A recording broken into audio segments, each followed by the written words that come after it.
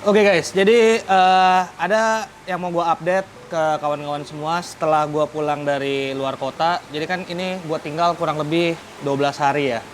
Nah, begitu gue nyampe di Pekanbaru tuh hari Kamis udah sekitar jam 11 malam. Gue sempetin untuk ngecek semua ikan gue, termasuk ikan-ikan yang ada di Megateng. Yang gue lihat sih aman, oke gitu kan. Nah, keesokan harinya pas hari Jumat, sebelum sholat Jumat, gue cek nih semua ikan-ikan lagi semua kan. Nah, gue ada melihat sesuatu yang kurang pas gitu dengan ikan lynx catfish gue. Jadi dia itu posisinya diem, megap-megap, dan dari situ gue tahu ini pasti ada yang salah. Jadi kemudian gue langsung turunin airnya setengah, kemudian langsung gue tembak dengan oksigen murni.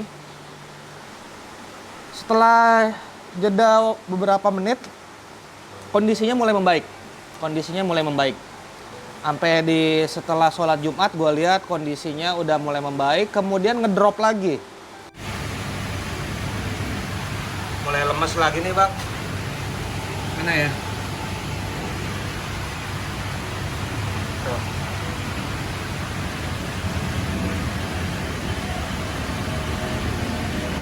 Pas ngedrop lagi, gue cek dong. Ini apa sih yang salah di air gue? Gue cek, amonianya menggunakan API test kit, dan di situ gue lihat amonianya mencapai 1 ppm atau bahkan lebih. Nah, bingung dong, ini kenapa sih kok bisa sampai amonianya tinggi banget? Karena 1 ppm itu udah termasuk tinggi. Terus gue lihat di sekeliling semua settingan, ternyata ada banyak sisa makanan yang menyelip di belakang pompa. Nah, jadi pas saat gue tinggalin semua ini gue udah titip ke anggota gue untuk ngasih makan ikan-ikan ini hanya setengah dari porsi yang biasa mereka makan. Untuk ikan-ikan lain nggak ada masalah. Untuk lynx catfish, sepertinya dia di hari kesekian itu ada makanan yang dia lepehin atau muntahin, atau bahkan makanan yang nggak dimakan sama dia. Namun karena dengan settingan gua yang seperti ini, pompa ini ada blind spotnya, titik dimana kita nggak bisa lihat apa yang di belakang situ. Ternyata sisa-sisa makanan dan makanan yang nggak dimakan ada di belakang situ numpuk. Jadi emang kejadian ini sepertinya dengan apa yang gua lihat langsung dengan mata kepala gue sendiri dan juga dibuktikan dengan API test kit, itu ikan ini kemungkinan besar keracunan amonia. Jadi walaupun gue sudah menggunakan dripping gue kan pelan. Nah, namun kalau gue nggak pakai dripping, mungkin kejadiannya udah lewatnya udah beberapa hari yang lalu. Dripping gue hanya ngebantu nih, bener-bener ngebantu menjaga parameter air, namun dengan jumlah makanan yang tidak termakan dan lain-lain, ya drippingnya kurang kuat dan filtrasinya ya tidak memadai untuk makanan dan sisa makanan yang kesisa. Nah, ini bukan salah kiper gua, karena gua itu nggak menyuruh dia untuk memastikan makanan itu habis atau tidak. Jadi ya emang salah gua. Ya semestinya gua kasih instruksi ke dia, pastiin makanannya habis seperti itu. Jadi ini emang pure kesalahan gua. Karena pas gue di luar kota itu pun gue juga udah minta dia setiap malam update video kondisi ikan, semua normal-normal aja. Namun ya itu, ada titik blind spot di mana ada sisa makanan atau apapun itu yang tidak terlihat. Di situ pun gue juga tidak bisa melihat dari video. Tidak terlihat karena ngumpet di belakang pompa. Karena ngumpet di belakang pompa, jadi berakumulasi lah itu semua muntahan dia atau sisa makanan-makanan yang nggak dimakan sama dia. Nah, jadi ya begitu kadar amonia udah tinggi, itu biasanya yang diserang itu pertama insangnya. Insang yang diserang sehingga insangnya itu mengeluarkan lendir lah ya bahasanya. Nah, dengan insangnya itu mengeluarkan lendir, jadi dia itu kesulitan bernafas.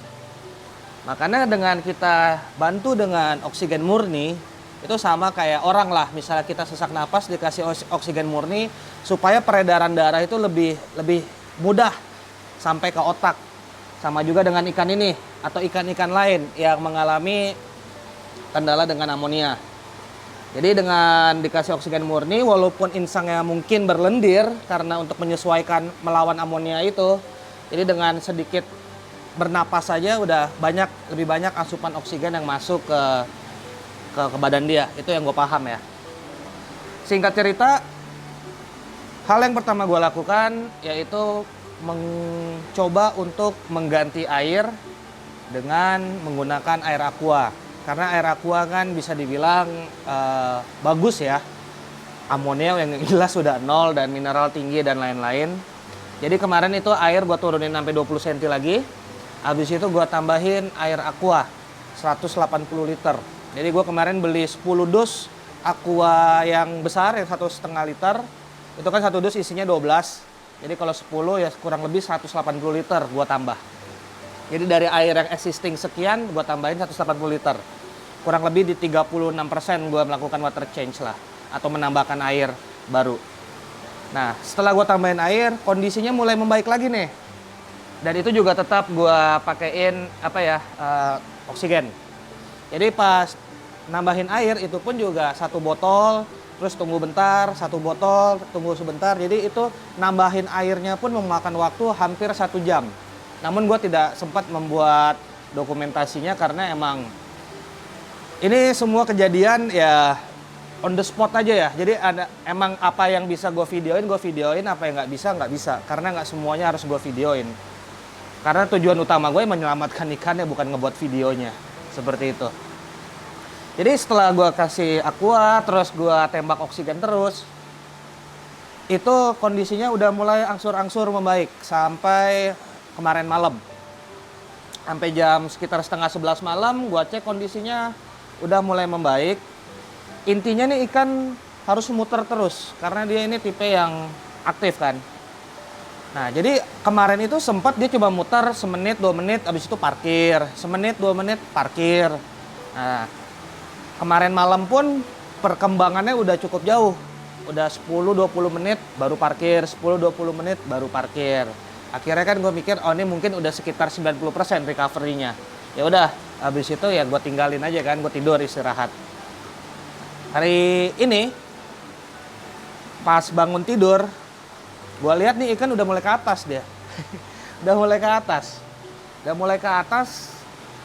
Gue bingung dong, ini harus ngapain, kan begitu. Akhirnya gue coba cek pH-nya. pH di akuarium ini di 7,7. Nah, kalau aqua itu kan paling pH-nya berapa sih? 7, 7,5 ya kalau nggak salah air aqua. Namun dengan gue nambahin oksigen murni terus-menerus, itu sedikit banyak juga mempengaruhi ke kadar pH. Nah, kelihatannya dia nggak nyaman dengan kondisi pH 7,7. Dia mulai kayak nyentak-nyentak gitu kan. Akhirnya gue putusin, setelah gue diskusi dengan Bang Dion, kita coba turunin pH-nya pelan-pelan. Dengan cara gue buat jalur nih yang kalian bisa lihat ini. Ini airnya keluar terus menerus dan gue masukin sumber air baru. Sumber air baru gue itu pH-nya di 6,2. Jadi dalam tempo waktu kurang lebih 1 jam itu kita turunin pH-nya pelan-pelan dari 7,7 hingga ke 6,6 ya. Ke 6,6 dalam tempo waktu 1 jam. Jadi bertahap pelan-pelan. Jadi air baru masuk terus dan airnya kita luberin ke sini. Ini tinggal gua setting sih, ini kan pakai stop keran ya. Jadi gue bisa atur lah kira-kira keluarnya berapa, masuknya berapa. Jadi di sini juga gue pakein tanda begini supaya ya tahu ini ya itulah sebagai apa sih marking gua. Nah, sekarang ini kondisinya setelah gua lakukan dripping itu hampir 2-3 jam muter terus. Itu udah indikasi mulai lebih baik dibanding kemarin. Kemarin kan hitungan 20-30 menit parkir, 20-30 menit parkir. Ini kan sampai 3 jam, 2 jam muter terus. Berarti dia udah lebih nyaman. Itu yang gue lihat ya. Nah, namun tadi sekitar 1 jam yang lalu kondisinya mulai ngedrop lagi.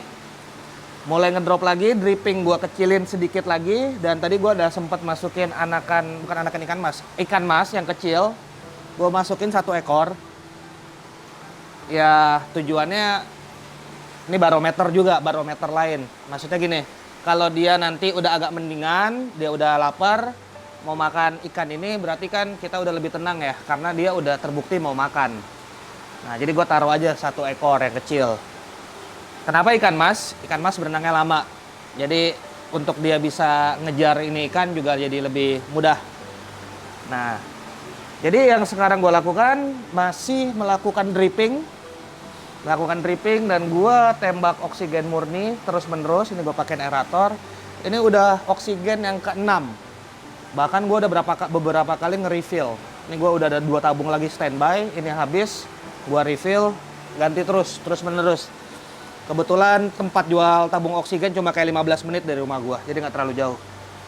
Nah, jadi apa yang bisa kita ambil dari pelajaran Lynx Catfish gue kali ini?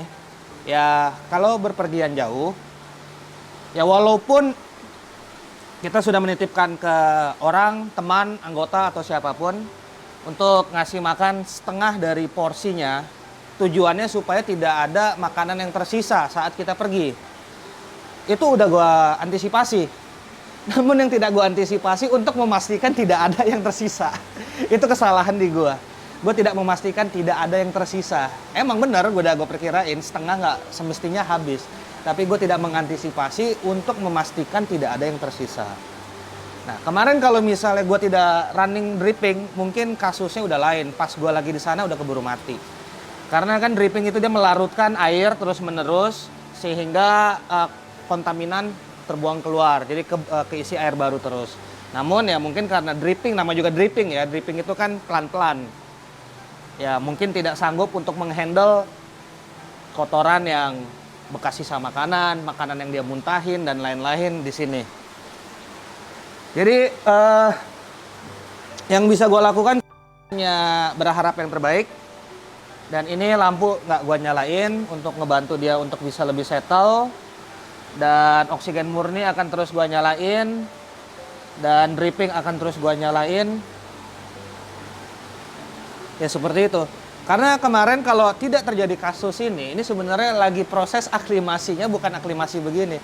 Ini semestinya udah mau gue aklimasi untuk masukin ke Megatank. Tapi dengan kondisi kejadian seperti ini, ya mau nggak mau, ya ini secara nggak langsung ini mulai dari nol lagi guys. Gue bener-bener anggap ini ikan baru datang, lagi stres, lagi nggak fit, ya gue harus fitin dulu. Nanti begitu dia udah mau makan, udah kembali normal seperti kemarin, barulah kita kembali masukin air dari Megatank untuk mengaklimasi dia dan kita masukin ke Megatank. Jadi ya mau nggak mau ini emang harus gua urusin dulu. Nah di sisi lain Kelberry itu malah udah sembuh dari fin rotnya. Ekor bawahnya itu udah mulai tumbuh ekor baru dan makan udah kuat, badannya udah sekel. Kemarin gua juga suruh Rashid kasih makan lele, makan terus dia. Jadi ini Kelberry bisa dibilang udah sembuh lah. Udah sembuh, tinggal gua memastikan sisa-sisa penyakit benar-benar hilang. Jadi mungkin gue nunggu beberapa minggu lagi. Dan juga gue menunggu sampai semua sirip-sirip bawahnya tumbuh semua untuk memastikan emang bener-bener udah aman gitu. Baru tinggal gue masukin ke Megatank. Jadi untuk Kelberry udah aman, malah si Lynx ya itulah gara-gara ya kecolongan sih bisa dibilang. Ini kecolongan. Ya kita sama-sama lihat. Gue nggak bisa komen apa-apa. Nanti gue bilang aman, ternyata gimana-gimana kan nggak tahu. Jadi ya gue cuma bisa berharap yang terbaik. Kalau kalian ada masukan, kira-kira mesti diapain, boleh komen di bawah. Jadi mungkin itu aja video gue kali ini dan see you guys in my next video. Bye-bye.